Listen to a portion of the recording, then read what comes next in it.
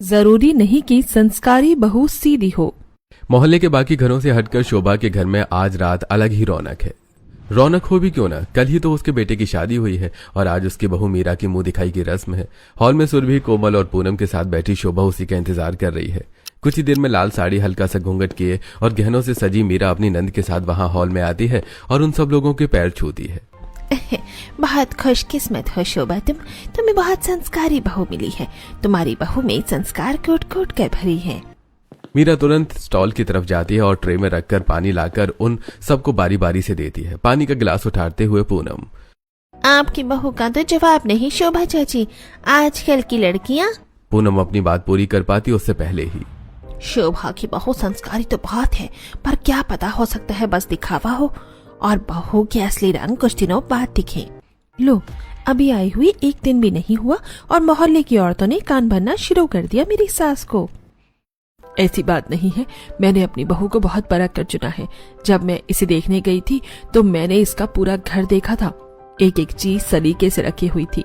जिस बेटी का घर व्यवस्थित होता है वो बेटी संस्कारी ही होती है। ये बात है, तुमने सही कही। अब मैं भी यही ट्रिक आजमाऊंगी अपनी बहू ढूंढने के लिए। कुछ देर बाद वो सभी एक एक करके वहां से चली जाती हैं। मीरा भी अपने कमरे में जाकर आराम करती है और फिर अगले दिन ध्यान देती है कि पूरा घर अस्त व्यस्त है। गंदे सोफा के कवर्स, बिखरा हुआ किचन, अव्यवस्थित उसकी कमरा और बहुत कुछ जो अपनी जगह पर नहीं था। घर का हाल बेहाल देखकर मीरा सोचती है, शादी के माहौल की वजह से घर का ये हाल हो गया है। सोचकर मीरा अपने मायके की आदत के मुताबिक कुछ ही दिनों में पूरा हॉल साफ सुथरा और व्यवस्थित करके किचन भी व्यवस्थित कर देती है। किचन की रैक में रखे मसालों के डिब्बे साफ करके उन्हें लाइन से जमाती है। पहले नमक, फिर मिर्च, फिर हल्दी पाउडर, फिर जीरा, ऐसे ही मीरा सारे मसाले के डिब्बे जमाती है। फिर एक रात सबको खाना खिलाकर झूठे बर्तन साफ करके मीरा किचन व्यवस्थित करके अपने कमरे में जाती है और सुबह जब किचन आती है तो सिंक में झूठे ग्लास, प्लेट और कढ़ाई देखती है। अरे ये क्या, रात को मैंने सब कुछ साफ तो किया था। मीरा गैस स्टोव पर मैगी के कुछ टुकड़े और मसाला बिखरा हुआ देखती है। किसने किया ये सब? मीरा गहरी सांस लेती है और फिर पहले पूरे किचन को साफ करती है, झूठे बर्तन साफ करती है और फिर चाय बनाकर ट्रे में सजाकर हॉल में ले आती है, जहां पहले से ही ललित, शोभा, नव्या ऑफिस जाने के लिए तैयार, राहुल मतलब उसके देवर के अलावा उसका पूरा परिवार सोफे पर बैठा हुआ था। अपने ससुर को चाय देने के बाद मीरा अपनी सास के पास जाती है और बोलती है, मम्मी जी, रात में क्या कोई किचन में गया था? पूरा किचन अस्त व्यस्त था और झूठे बर्तन भी सिंक में पड़े थे। हाँ बहू, रात में जब आर्यन घर आया था ना तो मैंने उसके लिए मैगी बनाई थी। ठीक है मम्मी जी, पर बर्तन साफ तो कर देने चाहिए थे। बहू, रात बहुत हो गई थी और मुझे नींद भी आ रही थी। मैंने सोचा सुबह में साफ कर लूंगी। मैं अभी जाकर धो देती हूँ। शोभा उठकर खड़ी हो जाती है। मम्मी जी, मैंने सब साफ कर दिया है, आप परेशान न हो। ट्रे से चाय का कप लेकर शोभा वापस अपनी जगह पर बैठ जाती है। फिर मीरा अपने पति, देवर और नंद को चाय देकर वहीं ट्रे लेकर खड़ी रहती है, इसे जो उम्मीद में कि सब चाय पीने के बाद कप ट्रे में रखेंगे। लेकिन ललित और शोभा चाय पीकर कप सोफे के नीचे रख देते हैं। नव्या अपना कप टेबल के नीचे रख देती है। सिर्फ राहुल ही अपना कप ट्रे में रखता है और सोफे से उठकर, अच्छा हाँ मैं चलता हूँ, बाय बाय। बाय बोलकर राहुल ऑफिस चला जाता है। फिर मीरा झूठे कप उठाकर ट्रे में रखती है और किचन में चली जाती है। मैं ट्रे लेकर वहीं खड़ी थी, फिर भी घर वालों ने झूठे कप ट्रे की जगह सब इधर उधर रख दिए। बोलती हुई मीरा सिंक में झूठे कप और चाय का भगोना साफ करने लगती है और कुछ देर बाद दोपहर के खाने के लिए दाल, चावल, सब्जी और रोटी बनाने की तैयारी करने लगती है। और फिर दोपहर में डाइनिंग हॉल में अपनी सास, ससुर, देवर और नंद को खाना परोस कर उन्हीं के साथ बैठकर खुद खाना खाती है और देखती है कि खाना खाने के बाद वो तीनों हाथ तो प्लेट्स में ही धोते हैं, लेकिन उसकी नंद गीले हाथ सोफे के कवर में पोंछती है। उसके ससुर गीले हाथ दरवाजे के पर्दे के कोने में पोंछते हैं और सास टेबल क्लॉथ में पोंछती है। अरे ये गीले हाथ ऐसे क्यों पोंछ रहे हैं? क्या इस घर में कोई नैपकिन नहीं है? अगली बार से मैं डाइनिंग टेबल पर ही नैपकिन रखूंगी। यह सोचकर मीरा रात के खाने के समय डाइनिंग टेबल पर नैपकिन रख देती है। शाम को ऑफिस से घर आकर राहुल भी सब लोगों के साथ डाइनिंग टेबल पर बैठा डिनर करता है, लेकिन वहां आर्यन नहीं होता है। खाना खाने के बाद वो सभी प्लेट्स में हाथ धोते हैं और नैपकिन की ओर ध्यान दिए बिना पहले की तरह पर्दे, सोफा कवर और टेबल क्लॉथ पे अपने हाथ पोंछते हैं और राहुल शोभा के पल्लू में अपने गीले हाथ पोंछता है। मैंने नैपकिन रखे थे ना, आप सब उसी में हाथ पोंछ लेते। अरे बहू, हाथ नैपकिन से कौन पोंछता है? अपनी सास की बात सुनकर मीरा झूठे बर्तन लेकर किचन में जाती है और बर्तन सिंक में साफ करके किचन को अच्छी तरह साफ करती है। फिर सारे मसालों के डिब्बे, बर्तन और प्लेट्स अपनी जगह पर व्यवस्थित करके अपने कमरे में जाती है और देखती है। राहुल एक जूता एक कोने में, दूसरा दूसरे कोने में, एक मोजा बिस्तर के पास, दूसरा तकिए के नीचे और कपड़े बिस्तर पर यहाँ वहां पड़े हैं। अरे यार, ये क्या आदत है इन लोगों की, मुझे बिल्कुल भी ये पसंद नहीं है। वहां मोजे उठाकर जूतों के अंदर वो रखती है, जूतों को शू रैक में रखती है, कपड़ों को घड़ी करके अलमारी में व्यवस्थित रखती है। तभी राहुल कमरे में आता है। इस घर में क्या तुम लोग ऐसे ही रहते हो क्या? क्यों, क्या हुआ? जो तुम कमरे में करके गई थी मुझे बिल्कुल भी वो पसंद नहीं है। थोड़ा व्यवस्थित रखा करो, चीज जहाँ की है वहां रख दिया करो। मीरा की बात का इशारा राहुल समझ जाता है और पास आकर उसके हाथ पकड़ लेता है।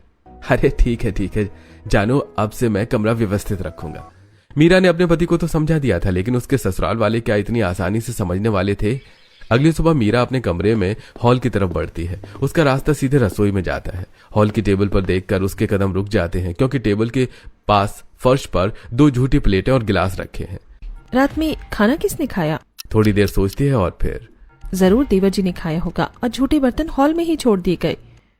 मीरा झूठे बर्तन उठाती है और किचन में चली जाती है, जहां का हॉल भी बुरा है। रात में बनाई सब्जी की कढ़ाई गैस पर ही चढ़ी है, तवा भी गैस पर रखा है जिस पर सूखी रोटी चिपकी है। सिंक झूठे बर्तनों से भरा पड़ा हुआ है और काउंटर टॉप पर जगह जगह सब्जी के छोटे छोटे टुकड़े और तेल के छींटे हैं। मीरा गुस्से और निराशा में सिंक में प्लेटें रखती है। ओह, फिर मम्मी जी ने रसोई गंदा ही छोड़ दिया और झूठे बर्तन भी हॉल में ही छोड़ दिए थे। अब मैं क्या कहूँ इनको? तभी नव्या नाइटी में उबासी लेते हुए रसोई में आती है और फ्रिज खोलकर पानी की बोतल निकालती है और एक बड़ा सा घूंट पीती है और फिर खाली बोतल को बिना भरे फ्रिज के ऊपर रखकर जाने लगती है। ननन जी, बोतल तो भरती जाओ। भर दूंगी ना बाद में। इतना कहकर नव्या किचन से चली जाती है। क्या मेरे ससुराल वाले ऐसे ही हैं? कोई व्यवस्था नहीं, सब अस्त व्यस्त।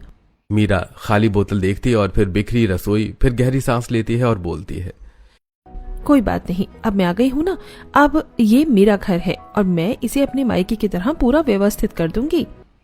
मीरा फ्रिज के ऊपर रखी खाली बोतल उठाकर उसे भरकर फ्रिज में रखती है, फिर स्लैब साफ करती है कि तभी शोभा वहां आती है और फ्रिज खोलती है। मम्मी जी, मैं आपसे एक बात कहना चाहती हूँ। शोभा पानी की बोतल निकालकर, हाँ बहू कहो। मम्मी जी, अगर आप झूठे बर्तन सिंक में रखती हैं तो उन्हें तुरंत साफ कर दिया कीजिए या फिर मुझे बता दिया कीजिए, मैं साफ कर दूंगी। मुझे ऐसे अच्छा नहीं लगता। बहू, घर में दिन भर झूठे बर्तन निकलते हैं, कौन करे बार बार साफ, इसीलिए मैं तो एक बार में ही साफ करती हूँ। बात सही है, लेकिन मम्मी जी रसोई ऐसे अच्छी नहीं लगती ना, मक्खियां भी भिनभिनाने लगती हैं। ठीक उसी समय सिंक से एक छोटा कॉकरोच बाहर निकलता है और स्लैब पर भागने लगता है। मीरा और शोभा दोनों उसे देखती हैं। ये देखिए, ये कॉकरोच इसी गंदगी की वजह से आती है मम्मी जी। शोभा साड़ी के पल्लू से कॉकरोच को झटक देती है। अरे बहू, तुम भी ना कुछ भी कहती हो, कॉकरोच तो ऐसे ही आ जाता है।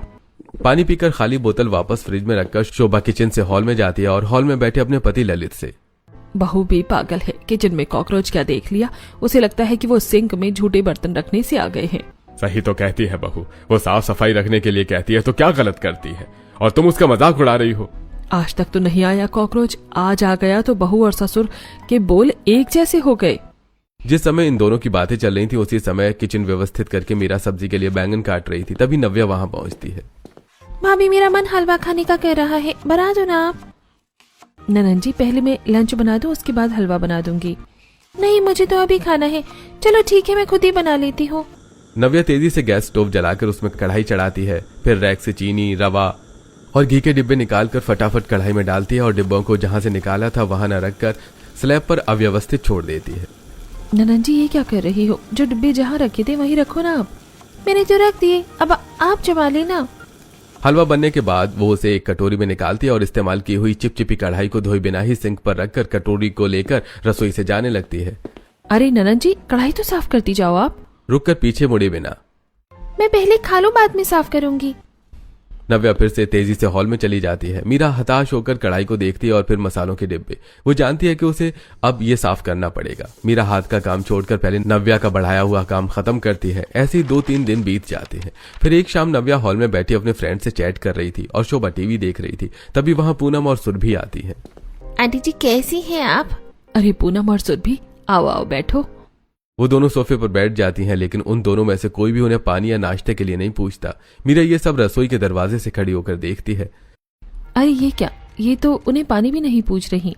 सोचकर मीरा ट्रे में 4 गिलास पानी लेकर हॉल में उनके पास पहुंचती है और पूनम और सुरभि को पानी देते हुए, पानी लीजिए। पूनम पानी का गिलास उठाते हुए, अरे वाह मीरा, बिना बोले ही पानी। बहू लेकिन तुमने तकलीफ क्यों की? तकलीफ नहीं, ये तो मेरा फर्ज है। मैं आपके लिए नाश्ता भी लाती हूँ। मीरा पानी देकर वहां से मुस्कुराकर वापस रसोई में जाती है। सुरभि और पूनम एक दूसरे को देखती हैं। ये शोभा चाची की बहू इन सब से कितनी अलग है। अलग नहीं, संस्कारी है। अभी तक हमें इस घर में किसी ने पानी तक नहीं पूछा और शोभा की बहू ने बिना मांगे पानी भी दिया और नाश्ता भी बना रही है आज।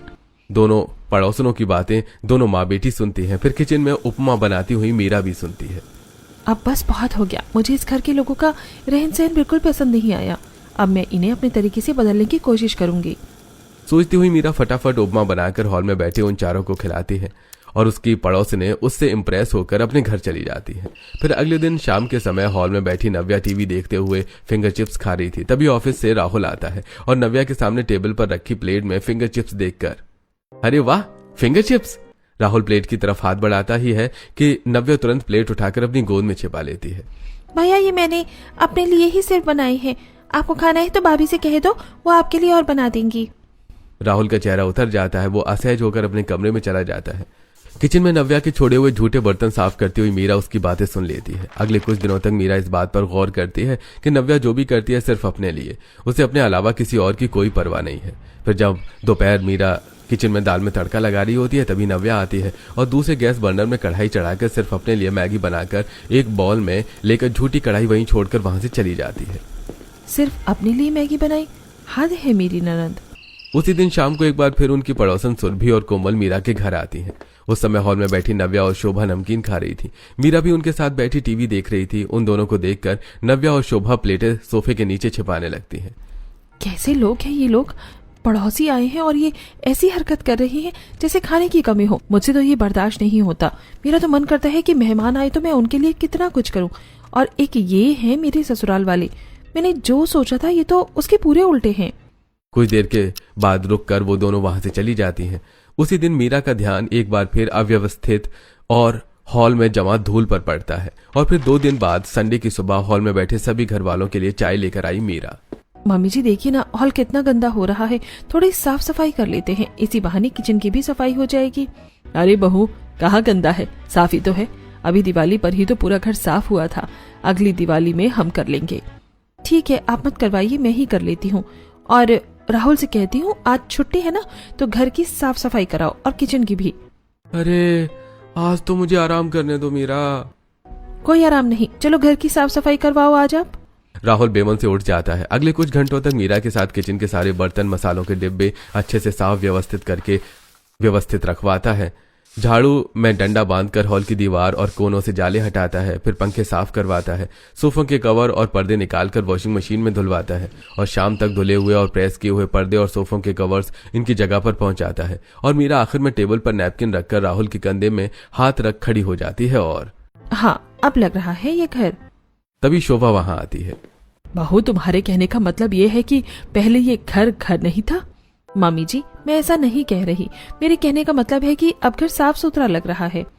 तभी कोमल फिर वहां आती है और व्यवस्थित और साफ हॉल देखकर, अरे वाह शिवा, तुम्हारी संस्कारी बहू ने आते ही तुम्हारे घर का रंग रूप ही बदल दिया है।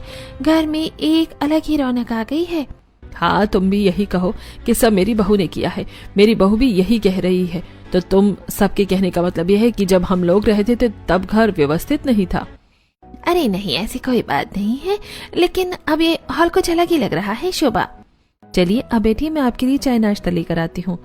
मीरा हॉल में मौजूद सबके लिए चाय कुकीज लाती है। कोमल चाय पीकर और कुकीज खाकर कप और प्लेट टेबल पे रख देती है। लेकिन शोभा कप हमेशा की तरह सोफे के नीचे सरका देती है और गंदे हाथ सोफे के कवर में साफ करती है। मीरा ये सब देखती है और अभी अभी तो मैंने साफ किया है।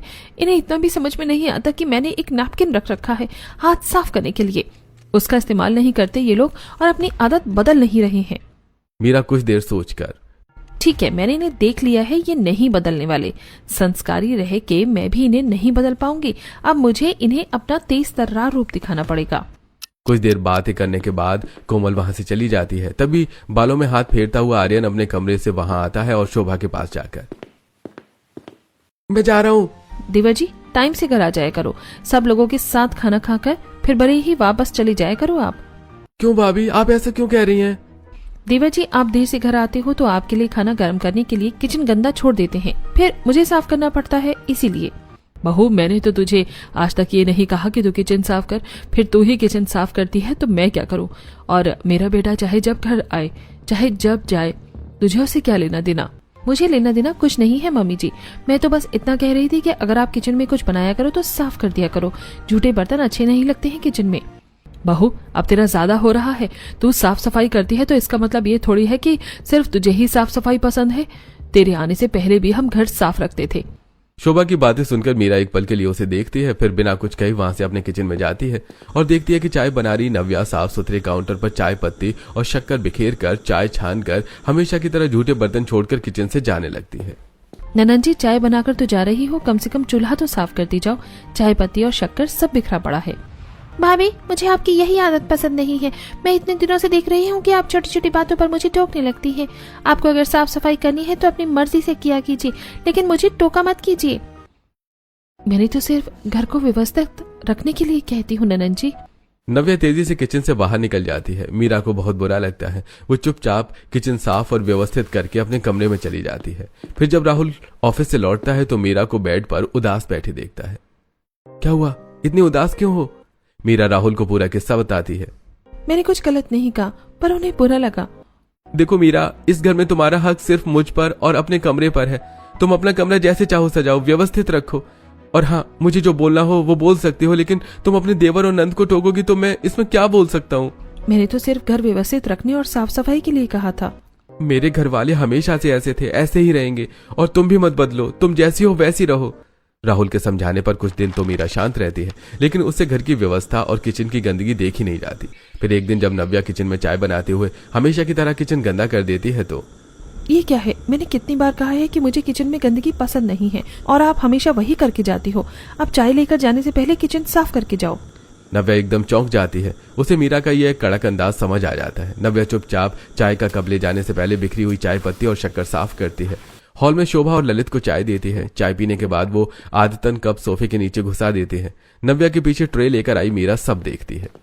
ये क्या आदत है? मैं इतने दिनों से देख रही हूँ टेबल लगा रहता है और मैं ट्रे लिए खड़ी रहती हूँ, लेकिन फिर भी आप लोग चाय नाश्ता करने के बाद कप प्लेट सोफे के नीचे ही रख देते हो। अपनी आदत बदलें, ये झूठे कप इस ट्रे में रखो। बहू, तुम्हें क्या हो गया है? कुछ नहीं, मैंने जो कहा है वो कीजिए। सब एकदम झूठे कप ट्रे में रख देते हैं। मीरा ट्रे किचन में ले जाती है। फिर रात में मीरा देखती है कि हमेशा की तरह सब लोग खाना खाकर हाथ धोने के बाद कोई सोफा कवर में हाथ पोंछ रहा है तो कोई पर्दे में।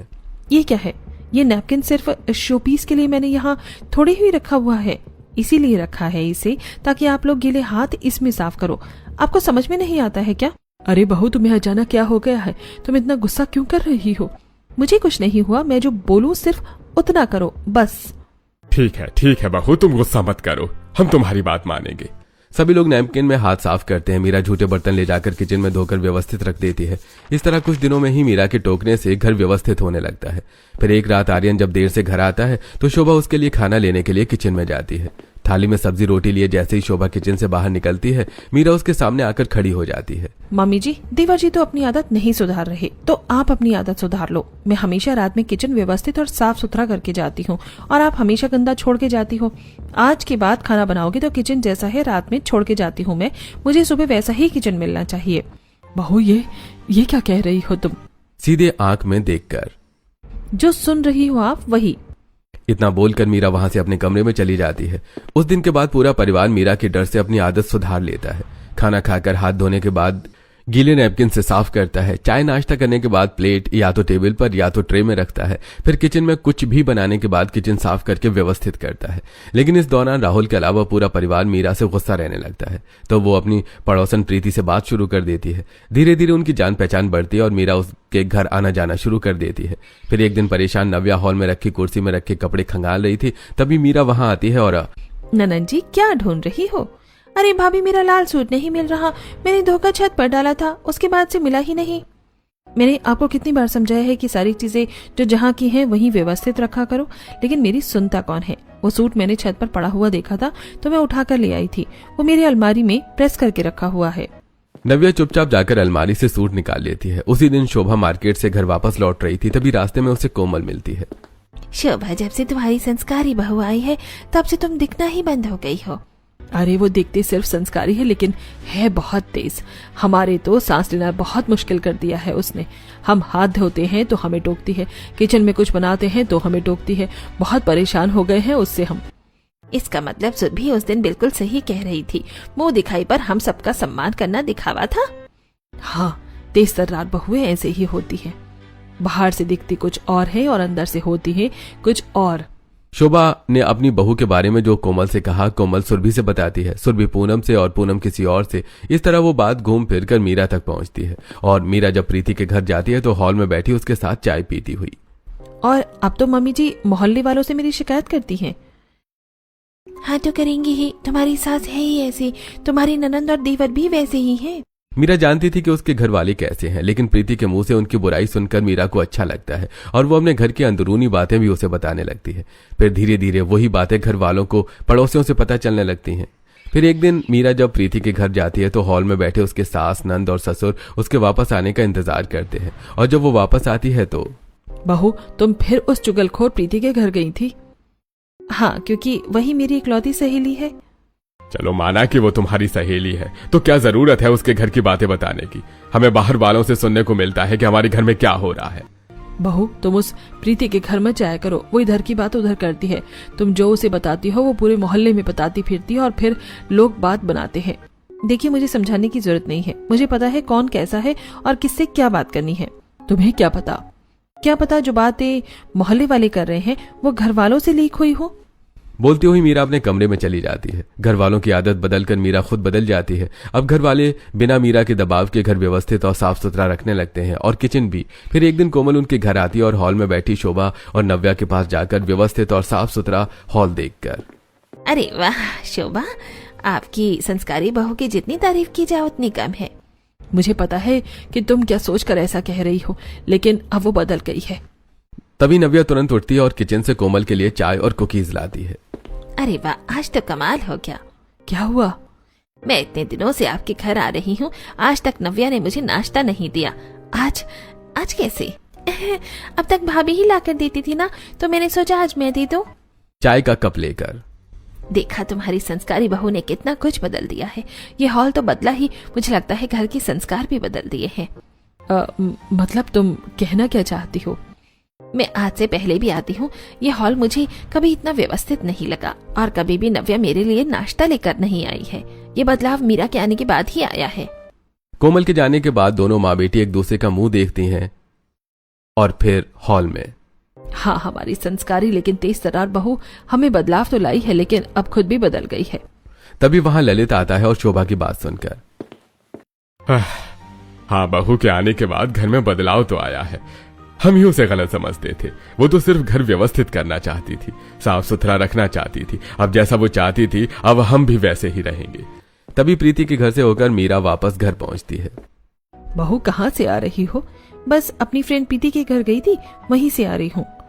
बहू उसके घर मत जाया करो।